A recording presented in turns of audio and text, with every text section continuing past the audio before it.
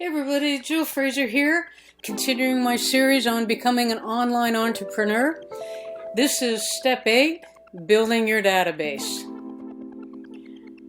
Imagine that database Facebook has with billions of users, or Twitter with their billions, or Instagram with their billions. Imagine being able to access these platforms, these users. Each of these platforms have their own tracking system. They already know what videos or photos you react to, what your likes and dislikes are, what you disagree with, what you feel very strongly about. They can track your personal purchases, calculate your income, household expense, and so forth.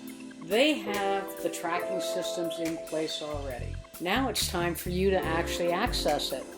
Your ads are targeting people with similar likes. Your avatar, you've written it down carefully, you've developed a rapport with people, you're following people, you're creating a rapport, if you will, between individuals. But sometimes that just isn't enough. Sometimes they don't seem to go that extra step in order to give you their information. So how are you going to get that information? How are you going to build your own database if they don't give you their information? And one of the ways about this is during some of your comments or during some of your replies, if they don't visit your websites or if they don't visit your blog, then perhaps creating a lead magnet in one of your posts will actually do that. Your lead magnet will draw them in, will give you a platform for them to give your information. So this lead magnet is something that is irresistible for your avatar. It has to be something that solves a specific problem.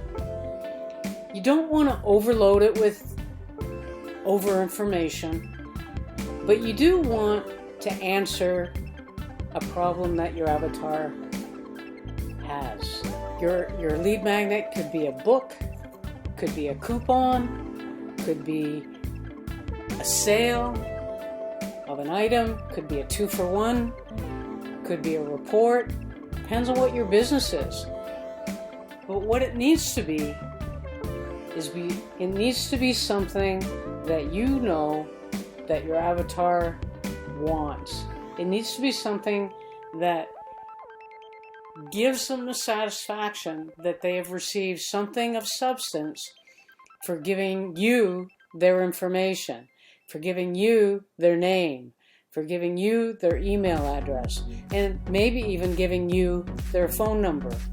So they need to know that what they're receiving in exchange for this information, which they hold personally dear, it needs to be sufficient or significant. But the key to this is also, you want to give them more than what they signed up for, but don't give them so much that they don't keep investing, that they don't want to delve further into your business and see what else you might have to offer them. So it's kind of a give and take situation, if you will. Now, as for your lead magnet, this is social media. So think in terms of what would encourage the most participation. Social media is prime for competitions or contests. They work very, very well. Whether it's favorite video of your pet, of your children, favorite photo, encourage them to not only participate, but encourage them to vote. Encourage them to share the fact that they are participating so that you can reach more people with this. Make sure your lead magnet is significant. Make sure the prize is significant if you're running a contest. This will also encourage people to give their valid emails, their valid names, in order to collect on their prize. You should also make sure that you have a time frame to work within, whether it's a week, 20 days, 30 days, 60 days, whatever it is. But make sure there's a start and finish to your contest. Now, your prize could be a book, Be careful if it's a downloadable book that it's not too big. If it's a very substantial book, you may want to offer the free chapter. And if you're an expert in your field, then you could offer a 45-minute free lesson or a 45-minute consult, free consult. There's amazing things that as an expert in your field you could offer. Don't be afraid to do that. Offer a free video training. Offer free trials for your product. There's so many things that you could offer. Do not be afraid to do that, because the database that you're garnering is well worth the effort. And don't forget to use questionnaires to learn more about your followers. Questionnaires are ideal for learning likes and dislikes, for learning what people are actually wanting to begin with, and using that information. Give them the option of having them give you their email address, their information. Just by giving them that option will make them feel at ease and therefore not be worried about it. And some of them will actually do that. So it's actually a win-win. You learn more about your followers, and you may also increase your database at the same time.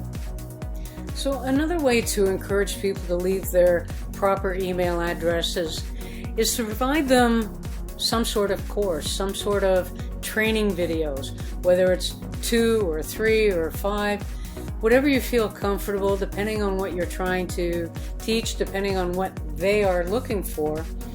But these training videos is like you getting the foot in the door of their learning process, of encouraging them to want to look for more, if you will.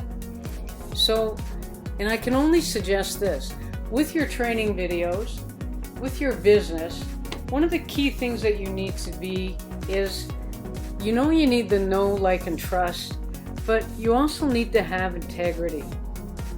It kind of goes without saying. The trust issue is critical. Don't break it. Maintain your integrity. Know your stuff. Do your due diligence. Be able to back up whatever you say. And on top of it all, respect your audience. So all these things go hand in hand.